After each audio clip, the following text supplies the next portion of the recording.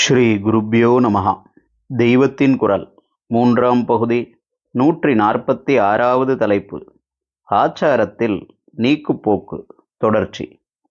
ஆபத் தர்மம், யாத்ரா தர்மம் என்று நடுநடுவே சொன்னேனே, இவை தாக்ஷண்யத்தின் பேரில் ஏற்படுத்தினவை. சிலவிதமான சந்தர்ப்பங்களில் ரொம்ப ஸ்ட்ரிக்டாக சாஸ்திர ரூல் படி செய்ய முடியாமல் இருக்கும்போது ரூல்களை ரிலாக்ஸ் செய்து கொடுத்து இந்த ஆபத் தர்மம், யாத்ரா தர்மம் முதலியவற்றை சாஸ்திரமே அனுமதித்திருக்கிறது. வெளியூர்களுக்கு போகிறபோது எல்லா ஆச்சாரங்களையும் அனுஷ்டிக்க முடியாவிட்டாலும் முடிந்த மட்டும் பண்ணுவதே போதும் என்று யாத்ரா தர்மத்தில் இருக்கிறது. ஸ்வக்ஷேத்திரத்தில், தனது ஊரில், ஸ்வகிருகத்தில், சொந்த வீட்டில் அத்தனை ஆச்சாரங்களையும் பின்பற்றத்தான் வேண்டுமென்றாலும் வெளியூரில் அவற்றில் பாதி பண்ணினாலும் போதுமானது என்று கூட இருக்கிறது.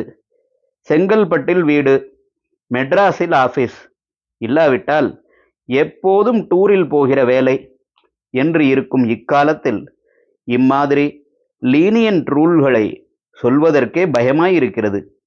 இருக்கிற ஆச்சாரத்தையும் ஜனங்கள் விட்டு விடுவதற்கு நானே வழி சொல்லிக் கொடுத்த மாதிரி ஆகிவிடக்கூடாதே. யாத்திரையும் வெளியூர் வாசத்தையும் சாஸ்திரம் நினைத்தது உத்தியோக நிமித்தமாக, உதர நிமித்தமாக அல்ல. ஏதோ க்ஷேத்ராடனம் அல்லது ஒரு கல்யாணம், இல்லாவிட்டால் பந்துக்களின் மரணம், இம்மாதிரி காரணத்துக்காக எப்போதாவது பிரயாணம் பண்ணுவதைத்தான் சாஸ்திரக்காரர்கள் நினைத்தார்களே தவிர ஜீவனோபாயத்துக்காக நித்தியப்படி யாத்திரை செய்வதையல்ல. பூர்ண உபவாசம் முடியாவிட்டால் பழம், பால் சாப்பிடலாம். பக்வான்னத்துக்கு, நன்றாக ஜலத்தில் வெந்த உணவு வகைகளுக்கு உள்ள சேஷதோஷம் தைலபாகத்துக்கு எண்ணெய் அல்லது நெய்யில் வறுத்த பக்ஷணம், வறுவல் முதலானவற்றுக்கு இல்லை.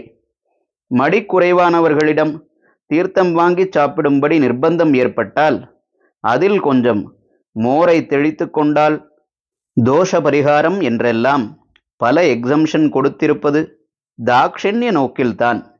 பலஹீனர்களிடமுள்ள கருணையாலேயே அவர்களுக்கு விரத உபவாசங்கள் வேண்டாம், நாளும் கிழமையும் நலிந்தோர்க்கில்லை என்று வைத்திருக்கிறது. இதே மாதிரி ஆபத்து காலத்தில் அநேக ஆச்சார கட்டுப்பாடுகளை தளர்த்தி கொடுத்து ஆபத் தர்மம் என்பதாக ஏற்படுத்தி இருக்கிறது. அப்போதும் கூட எங்கே அடியோடு முடியவில்லையோ அங்கேதான் ஆச்சாரத்தை தளர்த்தலாம். முடிந்த இடத்தில் பின்பற்றத்தான் வேண்டும். திருஷ்டாந்தமாக உபனிஷத்திலேயே ஒரு கதை வருகிறது. ஹரஹர சங்கர, ஜெய ஜெய சங்கர. தெய்வத்தின் குரல் மேலும் ஒலிக்கும்.